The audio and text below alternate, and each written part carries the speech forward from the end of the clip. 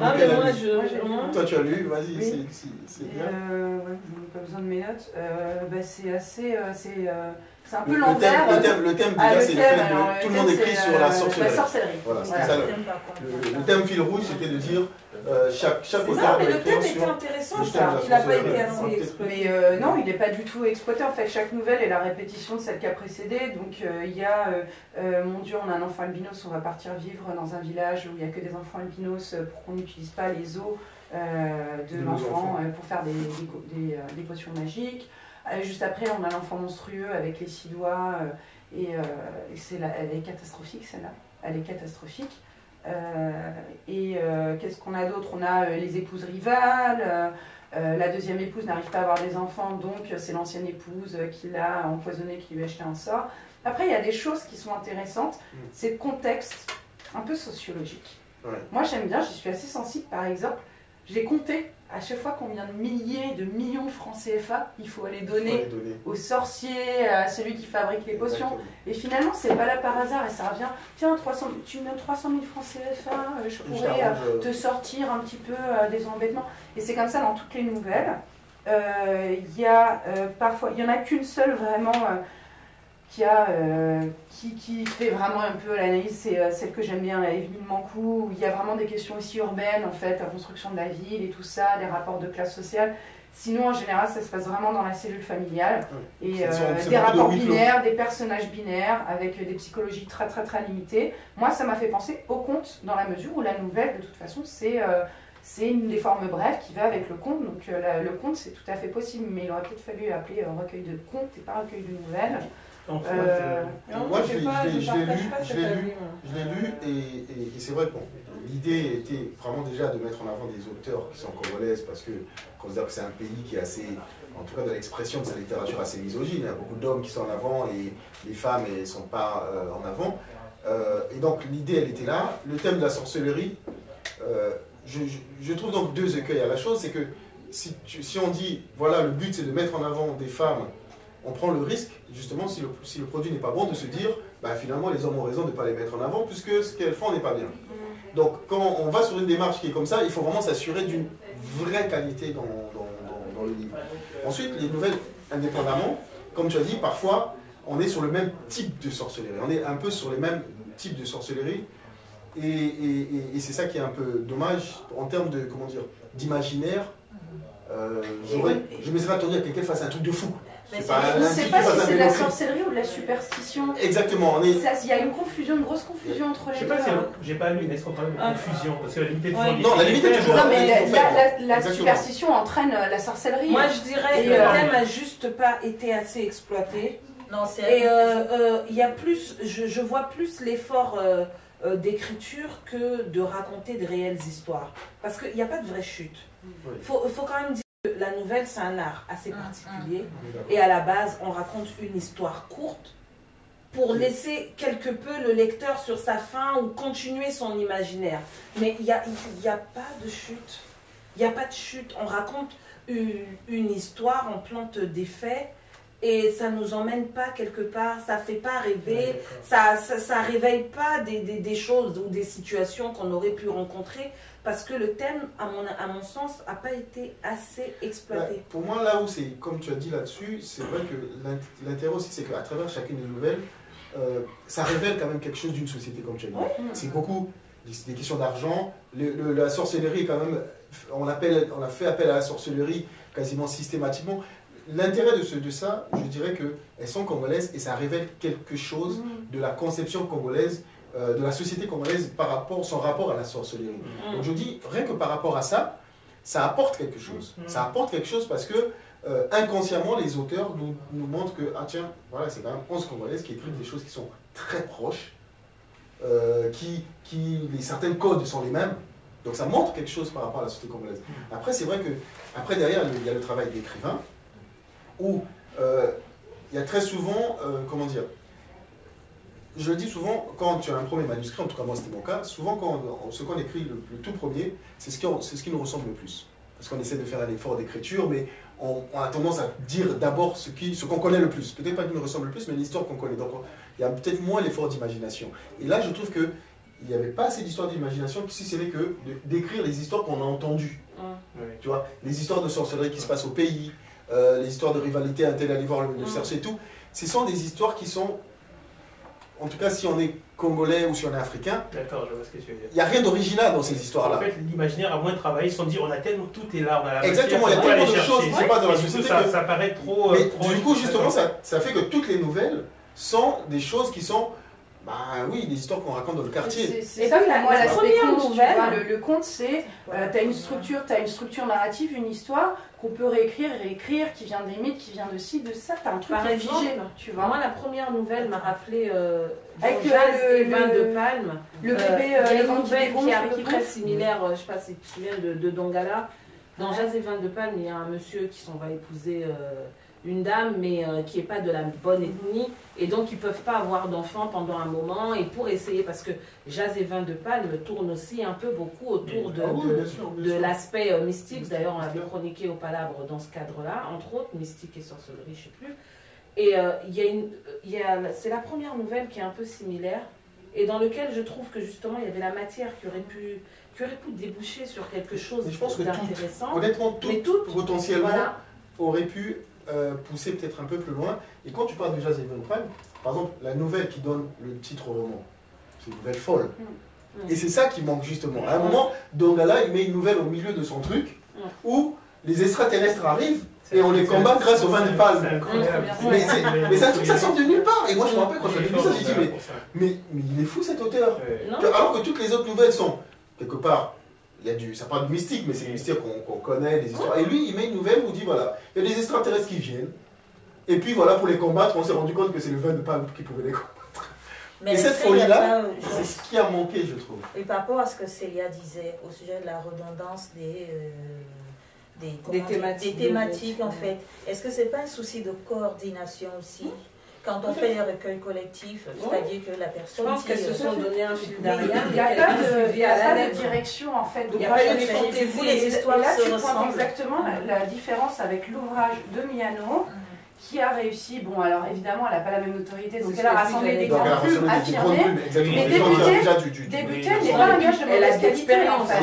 Et on n'est pas là pour comparer des auteurs, même si ce sont des grandes plumes, elles auraient pu aussi tomber sur cet recueil, c'est-à-dire faire sur les mêmes thématiques. Il y a un problème de coordination. C'est un moment, tu reçois, tu dis écoute, machin truc, on a déjà parlé, ou je sais pas quoi, et toi tu parlais de la nouvelle avec le ventre qui gonfle et qui dégonfle, mais là il y a une super histoire. Mais moi je voulais la suite. Qu'est-ce qui se passe? Pourquoi ce ventre il dégonfle la journée et il gonfle la nuit?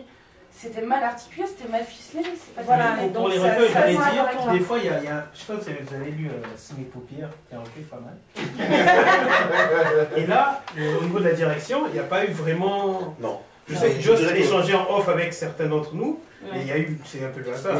On a eu des sujets, on n'est pas tombé sur les mêmes sujets. On en aurait parlé un peu plus, mais c'est vrai que la difficulté du pilotage, je pense qu'une Miano, elle a le charisme et la notoriété pour pouvoir dire, bon, maintenant toi tu c'est pas une histoire même de notoriété, c'est une histoire d'expérience quand même. La notoriété ne joue pas, c'est une histoire de bien faire les choses. Non, il y a bien de l'autorité. Et moi, on tient l'autorité de la légitimité. La notoriété et la légitimité. Elle vient de la légitimité. J'ai compris notoriété. Non, autorité. Autorité, et ça vient aussi de ça. Il n'y a pas que la légitimité. Elle a raison, Charline. C'est aussi la rigueur. Exactement. Elles avaient une opportunité incroyable, exactement comme tu l'as dit, de promouvoir la littérature version féminine au Congo. Il y a un moment, il ne faut pas faire les choses à moitié. Le pilotage de ça. Non, je suis désolé. Regarde, un truc tout bête, Sous mes paupières, c'est un exemple qu'on connaît bien. Sous mes paupières, l'essai de la fin. C'est compliqué. Pour moi, je me rappelle quand j'ai débuté le pilotage, parce qu'après, heureusement, Réassi a pris les choses en main et autres, c'est très compliqué. Tu as 10 auteurs qui viennent, qui t'envoient des textes. Tu n'as pas plus de légitimité qu'eux en tant qu'auteur, d'accord? Tu les as sollicités, et de pouvoir dire à quelqu'un, écoute, ça, réécris-le. Miano, vu l'expérience qu'elle a, le background qu'elle a, elle peut te dire, écoute, ça je trouve qu'il faudrait l'écrire, et tu vas l'écouter quand même. Parce qu'il y a le talent, il y a le machin, il y a l'expérience. Il n'y a pas que ça, c'est une plateforme. Je pense qu'il y a l'art et la manière aussi. Implique qu'il y a un directeur d'ouvrage collectif. Exactement. Si tu es dans ce rôle-là de directeur d'ouvrage collectif, il est totalement. Tu as un rôle, donc tu as la c'est l'acceptation par les autres qui est compliqué à gérer. Non, le titre ne suffit pas. Il faut habiter le truc. Exactement. Donc tu vas dire à Jean, refais ça, il faut être capable, il faut avoir la légitimité totale. Et puis il faut avoir la légitimité et le. Mais la légitimité, tu la demandes pas, tu l'imposes. Non, les gens te la donnent par rapport à ton passé. Ce que tu mets en avant, c'est une défaillance d'organisation. C'est deux choses différentes. On n'est pas en train de parler là du management, du pilotage. Là, ce qui se passe dans ce recueil, c'est qu'à la base, il y a eu un fil d'Ariane. Le fil d'Ariane a été suivi, peut-être un peu trop, puisqu'on retrouve des choses similaires quasiment dans tous les textes. Et surtout, principalement, là où il pêche flagramment, surtout sur un domaine comme la sorcellerie, c'est de la fantaisie. Il n'y a pas du tout de fantaisie. Alors que c'est un domaine dans lequel tu peux te permettre de mettre un démon avec des cornes et puis un extraterrestre dans son dos. Si je peux me permettre, moyenne d'âge quand même 40 ans. Oui. La moyenne d'âge, elle est... Et alors, ça veut dire qu'à 40 ans, on n'a pas de fantaisie? Non, c'est pas ça. En termes de maturité dans l'écriture. Pas en termes de maturité dans l'écriture, mais en termes de référentiel, justement. À 40 ans, la femme congolaise de 40 ans, ce n'est pas la femme congolaise de 20 ans. Mais encore. Et alors, ce que je veux dire. Il faut qu'il en dise. Tout à l'heure. Surtout en plus, tu as une femme congolaise, donc fais très attention à ce que tu vas dire. Oui, mais de 22 ans. Non, mais je sais très bien comment là, faire. On est plus crédible, là. Je sais comment faire avec des femmes congolaises de 22 ans. Non, c'est de la littérature populaire. C'est de la littérature populaire. C'est comme vous l'avez dit tout à l'heure, c'est des histoires, on a l'impression que c'est des histoires qu'on entend à gauche à droite dans les rues, c'est de la littérature populaire.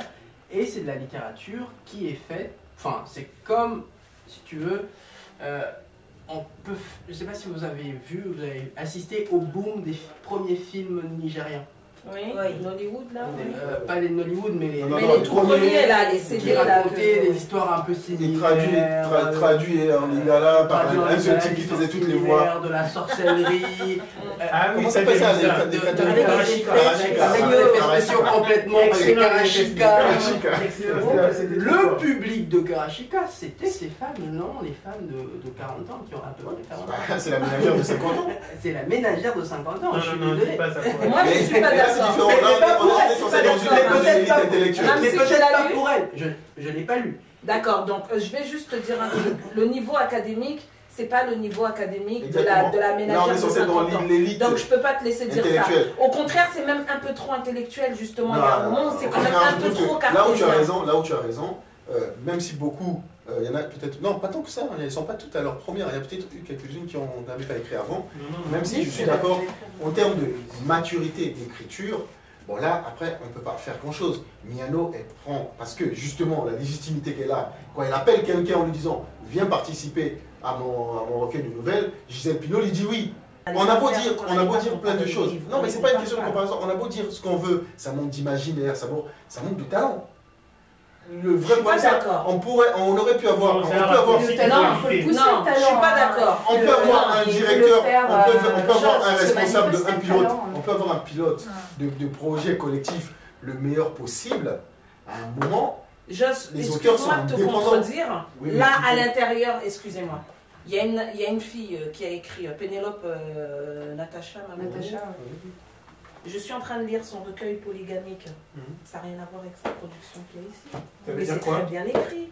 Donc je ne peux pas te laisser dire qu'en lisant une production d'une personne, ça lui donne... Mais l'écriture n'est pas là. Donc là où je vais être d'accord avec ton propos de départ, c'est qu'il y a un problème de direction d'ouvrage. Je dirais plutôt ça, mais je ne dirais pas qu'il y a un problème au niveau des auteurs, parce que ça c'est le directeur. Peut-être pas au niveau des ouvrages, peut-être pas au niveau des auteurs, mais au niveau de la qualité de ce qui a été proposé. On est d'accord. Et ça, encore une fois, je suis d'accord un peu, mais c'est très difficile quand on n'a pas Moi, j'ai juste le seul, mais moi je suis d'accord avec Aurore. J'ai juste que là, c'est la chute des mots, vous êtes tous dans un univers littéraire. Comment? Donc à un moment, vous avez. C'est pas que vous avez des exigences pures, on n'a pas à dire ça, mais je pense aussi que plus tu lis, plus ça fait travailler ta plume. Et il n'y a pas de mauvaise qualité de plume dans les auteurs du groupe des Palabres. Moi pareil, il n'y a pas de mauvaise plume. Là, c'est pas qu'il n'y a pas de talent, mais c'est un travail un peu de flemmard. Voilà, ça se travaille, c'est la finition. Moi, j'écris pas, mais c'est pour ça que je dis que c'est pour ça que je reviens. Il y a des problèmes de finition. Là, il y a un problème de qualité générale. Joss, c'est un peu trop ferme. Moi, je dirais. Après, ils peuvent avoir, ça peut être des gens de talent par ailleurs. Ça peut être des gens qui ont du talent par ailleurs. Mais sur cet ouvrage-là, on a beau parler de structure, de machin et autres, il y a un problème de qualité générale. Non, tu sais quoi, je vais te dire un truc, Joss. Il faut aussi essayer un peu de se départir de son expérience, déjà en tant qu'écrivain et également en tant que lecteur, pour avoir un avis critique sur. En tant qu'écrivain, je suis d'accord, mais en tant que lecteur, je peux pas mon expérience de lecteur. Ce que je veux dire, c'est quoi? C'est qu'aujourd'hui, en tant que lecteur, moi je prends ça, je le lis, j'ai pris plaisir à lire certains extraits, mais aujourd'hui, il n'y a pas une nouvelle de bout en bout qui m'a captivé. D'où vient ma critique? Par contre, je ne vais pas dire c'est mal écrit, il n'y a pas assez de talent, il n'y a pas assez de ceci, parce que ça, je pars du principe... Ça s'appelle de l'autocensure. Aujourd'hui, au Palabre, on a une chance au Palabre, c'est qu'en général, les gens sont libres de dire ce qu'ils pensent. J'ai été souvent assez direct avec un paquet de livres. Jusque-là, je me retiens parce que c'est Liski Hindou qui a piloté ça.